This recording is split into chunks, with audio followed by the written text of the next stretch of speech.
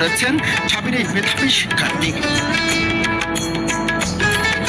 শুধু তাই নয়, তার এই নমুনা টাকার সৌন্দর্যের অববাহিকায় জায়গা পেয়েছে দেশের ইতিহাস, ঐতিহ্য এবং যুগ যুগের ঐতিহাসিক স্বাক্ষরকারী বীর পুরুষগণ।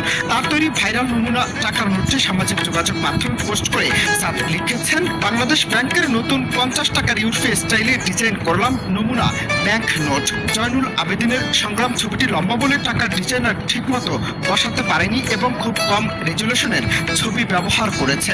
সংগ্রাম ছবিটির মতো লম্বা ছবি ইউরোপীয় স্টাইলে কিভাবে ব্যাংক নোটে ডিজাইন করতে হয় সেটির একটি নমুনা দিলাম। আর এটি যেন হাজারো মানুষের মনের গহীনে আলিঙ্গন পেলেন 26 শিক্ষার্থী সাদ।